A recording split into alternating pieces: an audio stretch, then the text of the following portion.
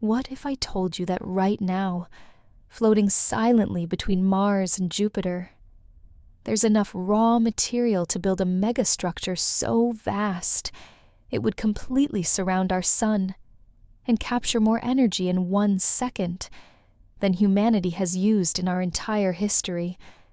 The asteroid belt contains approximately 2.4 million asteroids, larger than 1 kilometer.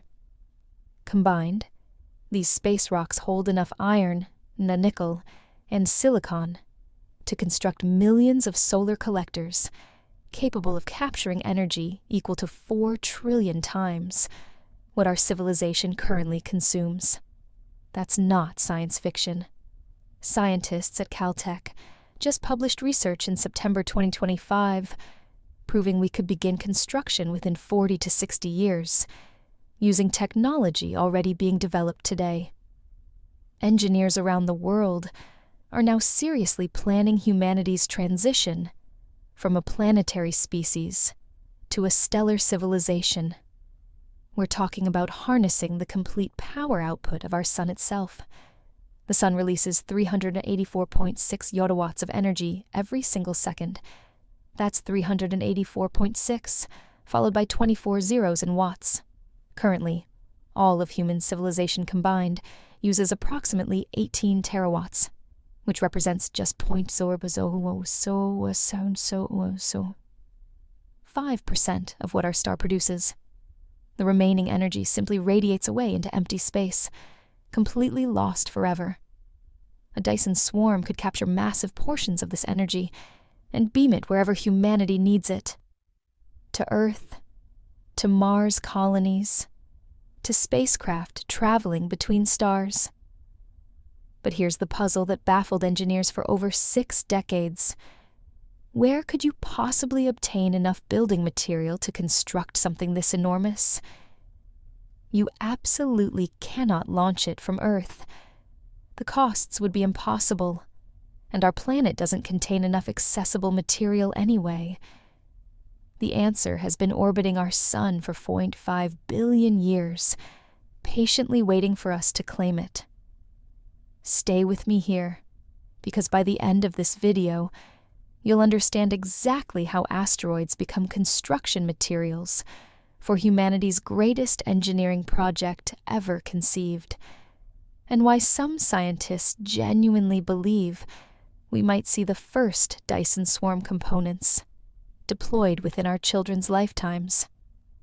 To understand why asteroid mining is absolutely essential for Dyson swarm construction, we first need to understand what a Dyson swarm actually is, and why it's far more practical than the solid shell most people imagine when they hear the term.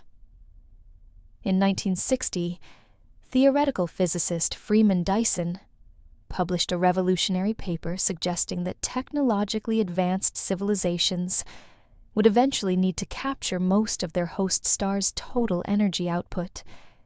He proposed surrounding a star with artificial structures designed to collect solar radiation on massive scales. Popular science fiction transformed this concept into the Dyson sphere, imagined as a solid shell completely encasing a star like an eggshell around a yolk. But here's something crucial. Dyson himself never actually proposed a solid sphere. That's physically impossible using any known materials. A rigid shell around our sun would require more matter than exists in our entire solar system combined, and it would be gravitationally unstable, collapsing under its own weight. What Dyson actually described, and what modern engineers now call a Dyson swarm, is something far more elegant and achievable. Millions or billions of independent solar collectors orbiting the sun at various distances and orbital inclinations. Each collector operates independently, maintained in precise position by small thrusters or solar sail adjustments. Here's where things get genuinely interesting.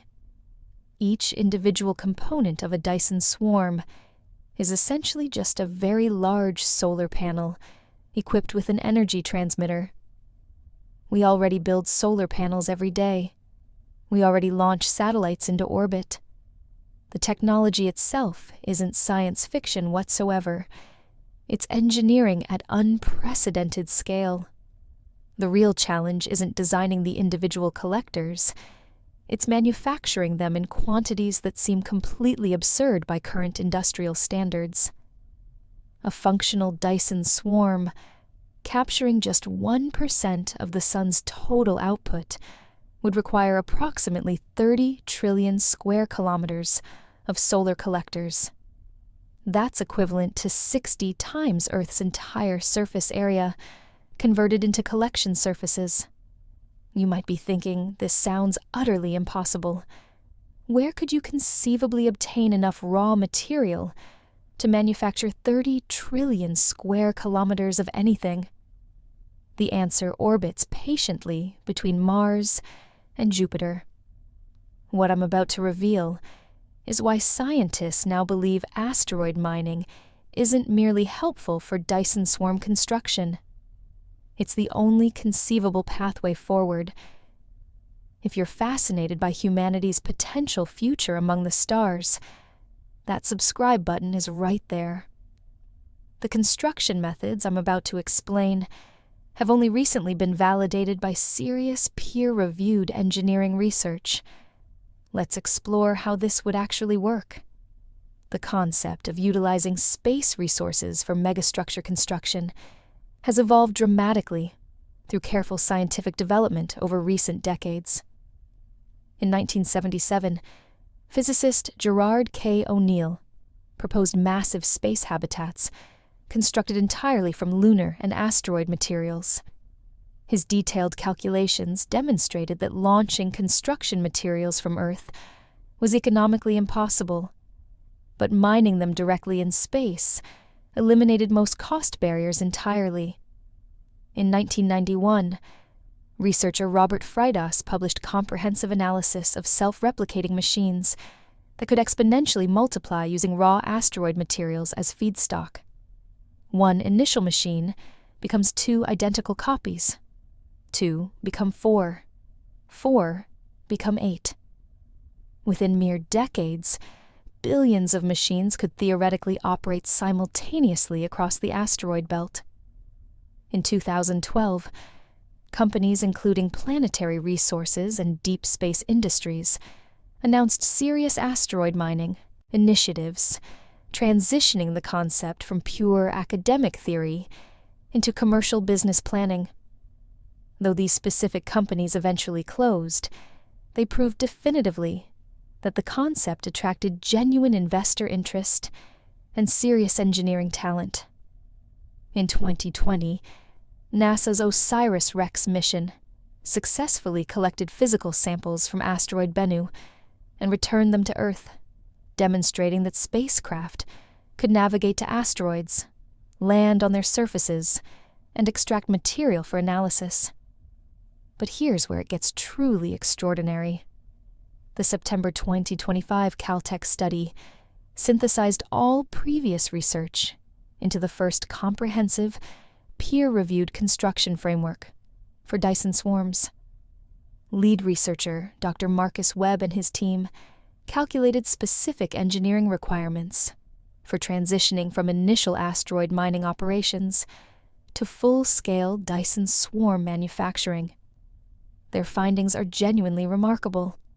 A single 500-meter metallic asteroid, similar in composition to 16 Psyche or other M-type asteroids, contains approximately 1.8 billion metric tons of iron, nickel, and trace silicon. When processed and manufactured into thin solar collector panels, this single asteroid's material could produce roughly 12,000 individual collectors, each measuring 1 square kilometer in total surface area. The asteroid belt contains thousands of comparable metallic asteroids awaiting utilization. Dr. Webb's team identified 3 critical sequential phases for practical Dyson swarm construction. Phase 1 involves deploying autonomous mining and processing stations to carefully selected asteroids. These stations would extract raw metallic materials, refine them in the microgravity environment, and produce standardized construction components ready for assembly. Phase 2 introduces self-replicating manufacturing systems. Using harvested asteroid materials, these systems simultaneously build exact copies of themselves while also producing completed solar collectors. Each manufacturing generation doubles total production capacity. Phase 3 coordinates the swarm itself, precisely positioning individual collectors in stable orbits around the Sun and networking them together to transmit captured energy to receivers distributed throughout the solar system. The mathematics of exponential growth transform this from impossible to merely ambitious. If humanity deployed just 100 initial self-replicating manufacturing units to the asteroid belt, and each unit could produce one complete copy of itself, plus 10 solar collectors annually, the total collector count would grow exponentially. Year 1, 1,000 collectors deployed. Year 10, approximately 10 million collectors operational. Year 30, approximately 10 trillion collectors functioning.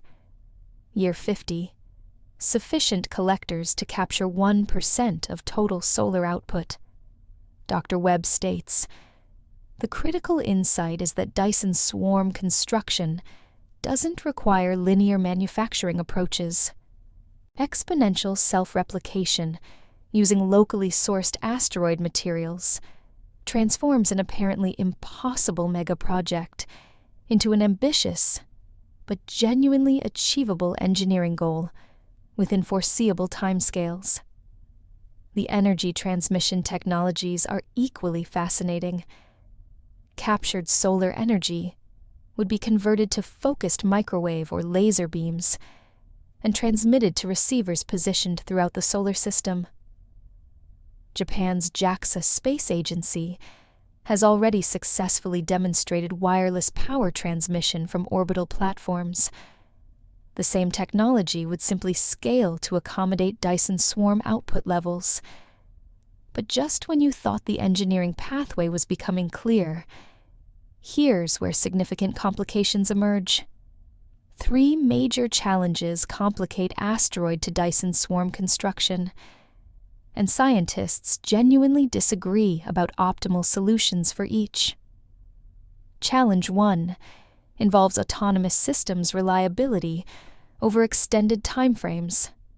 Self-replicating machines must operate continuously for decades, without direct human intervention, across millions of kilometers of space.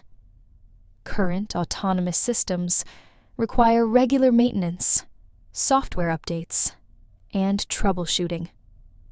No genuinely self-replicating machine has ever been successfully constructed, even in controlled laboratory environments on Earth. Dr. Elena Rodriguez at MIT argues this represents the critical bottleneck. We're essentially asking machines to perfectly reproduce themselves using raw, unprocessed asteroid material, operating in hard vacuum, experiencing extreme temperature variations, completely without human oversight. Every manufacturing error cascades through all subsequent generations, potentially corrupting the entire swarm. Challenge 2 concerns orbital dynamics and collision avoidance. Millions of independent collectors orbiting the Sun must continuously avoid collisions with each other, with planetary bodies, and with the very asteroids providing their construction materials. Coordination algorithms must track and precisely adjust every single collector indefinitely without catastrophic failures. Some researchers propose distributed artificial intelligence systems, managing collective swarm behavior automatically.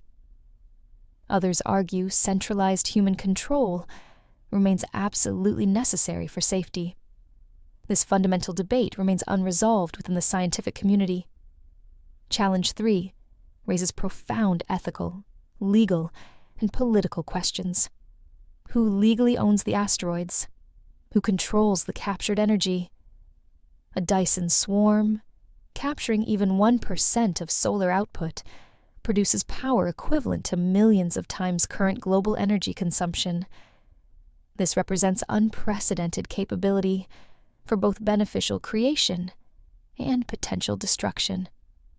Dr. Webb acknowledges openly, a civilization that controls a functional Dyson swarm possesses capabilities we can barely imagine today.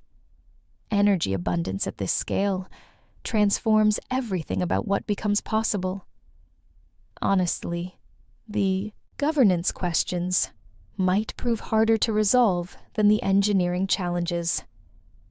And there's one additional twist that genuinely divides scientific opinion. Some researchers now argue humanity shouldn't pursue Dyson swarm construction at all. At least, not yet. The Great Filter hypothesis suggests advanced civilizations might systematically destroy themselves before successfully achieving Type 2 status on the Kardashev scale. A partially constructed Dyson swarm could theoretically be weaponized, or could concentrate so much power in limited hands that resulting political conflicts become existentially dangerous for the entire species. Other scientists counter that deliberately avoiding Dyson swarm development leaves humanity permanently vulnerable to extinction from asteroid impacts, extreme solar events, or eventual resource depletion. The energy from even a modest partial swarm could power comprehensive planetary defense systems, terraform Mars into a habitable world, or launch interstellar missions to back up human civilization around other stars. The debate about whether to actively pursue Dyson swarm construction remains as vigorous as debates about how to actually build one. Here's what I genuinely want to know from you. Given everything we've explored together, the asteroid resources, the exponential manufacturing mathematics, the coordination challenges, the governance questions, and the existential considerations, what do you personally believe represents the biggest obstacle to Dyson swarm construction? Option A, the engineering itself, specifically creating self-replicating machines that operate reliably for decades without any human intervention. Option B, the coordination problem, successfully managing millions of individual collectors without catastrophic collisions or cascading system failures. Option C, the politics and governance, determining who controls technology this powerful and ensuring it's actually used beneficially for all humanity. Drop your answer in the comments with your reasoning. I genuinely read every single response, and this community consistently identifies insights and implications that professional researchers sometimes overlook. Your perspective genuinely matters. Understanding asteroid to Dyson swarm construction pathways connects directly to humanity's long-term survival and our current space development trajectory. Asteroid mining technologies being developed for near-term commercial purposes, extracting water for fuel, precious metals for industry, and construction materials for space habitats, directly apply to eventual Dyson swarm construction. Companies investing in these capabilities are inadvertently building the technological foundation for megastructure engineering. In-space manufacturing, currently being tested extensively aboard the International Space Station, will naturally evolve toward the autonomous systems that Dyson swarm construction would require. Every advance in space-based 3D printing, robotic assembly techniques, and autonomous operational capabilities accelerates this future. The European Space Agency's Euclid mission and NASA's upcoming Nancy Grace Roman Space Telescope will map energy distribution across the solar system informing optimal placement strategies for future Dyson swarm collectors. This genuinely affects all of us, because energy abundance at stellar scales would transform every aspect of human civilization. Unlimited clean energy could reverse climate change, desalinate ocean water for agriculture, power vertical farms to feed billions, and fuel expansion across the entire solar system, and eventually beyond. The asteroids floating quietly between Mars and Jupiter might genuinely represent the key to humanity's ultimate future. The encouraging news is that every enabling technology continues progressing faster than historical projections predicted.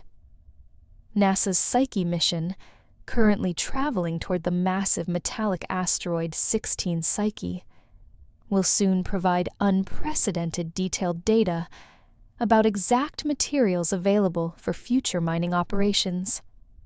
This single asteroid alone contains estimated metal resources valued at approximately $10,000 quadrillion in current market terms. Private aerospace companies are actively developing dedicated asteroid prospecting spacecraft with target launch dates in the late 2020s. Autonomous mining robots are being tested right now in analog environments, simulating asteroid conditions here on Earth.